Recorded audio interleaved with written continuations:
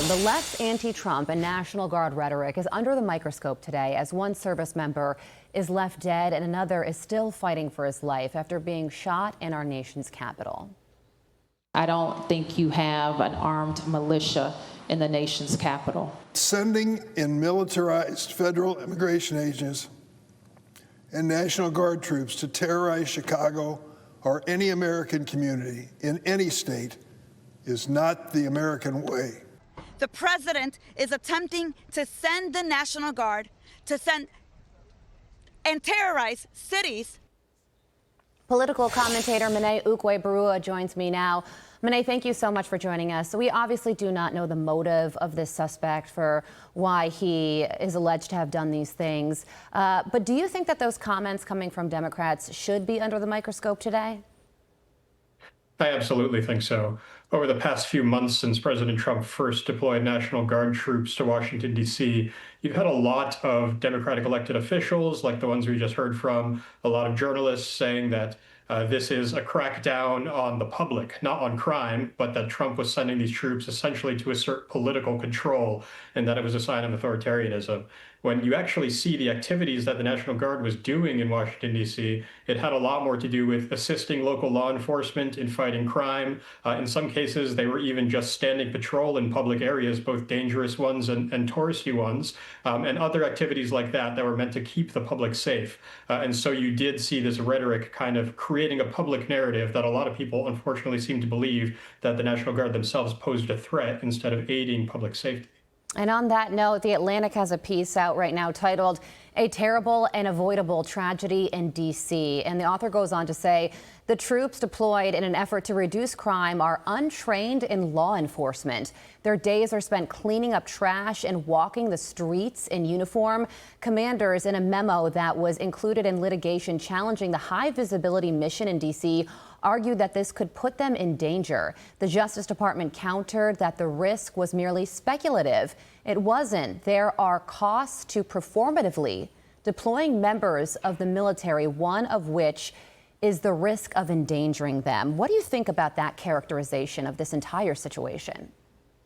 Well, it just doesn't make any sense at all, because every single public servant is always a potential target.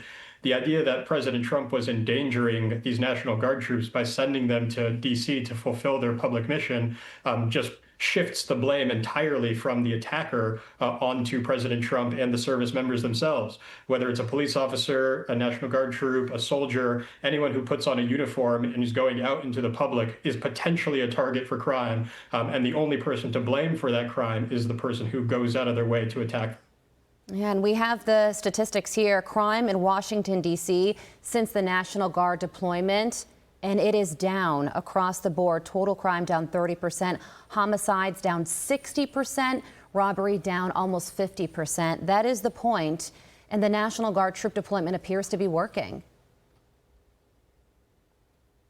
Yeah, absolutely. I mean, it seems like Washington, D.C. had become one of the most dangerous cities in the country. A lot of people point to the fact that crime was already declining before the troops were deployed, and that's true. But if you look at the scope of those declines and the fact that it's across every single category, it's clear that the presence of more law enforcement was pushing that downward. A lot of criminals probably saw uniformed people on the streets and had second thoughts about whether they wanted to attempt to carjack a car or a mugging in a public area because they knew there was a much greater chance that they were going to be apprehended. And so the presence of the National Guard is being increased by President Trump in the wake of this attack. And hopefully we'll see crime continue to decline further. Yeah, by 500 guardsmen, an additional 500 troops are going to be headed to Washington, D.C.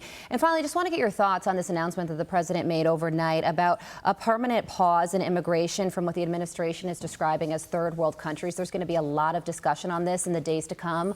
What do you think? Well, I think it's a natural gut reaction. People see that this was an Afghan national who actually had worked with the United States who committed this attack. But I frankly think that the answer is more vetting. Make sure that the people who are being admitted into this country are being properly screened as opposed to closing the door permanently. So hopefully the pause is just temporary and we're able to return to a process where we're making sure that the people who are being admitted into this country aren't dangerous or aren't coming in with a vendetta against the United States. Mene Ukueberuwa, we thank thank you so much for joining us this morning. We appreciate your time, as always. Thanks a lot. I'm Steve Ducey. I'm Brian Kilmeade. And I'm Ainsley Earhart. And click here to subscribe to the Fox News YouTube page to catch our hottest interviews and most compelling analysis.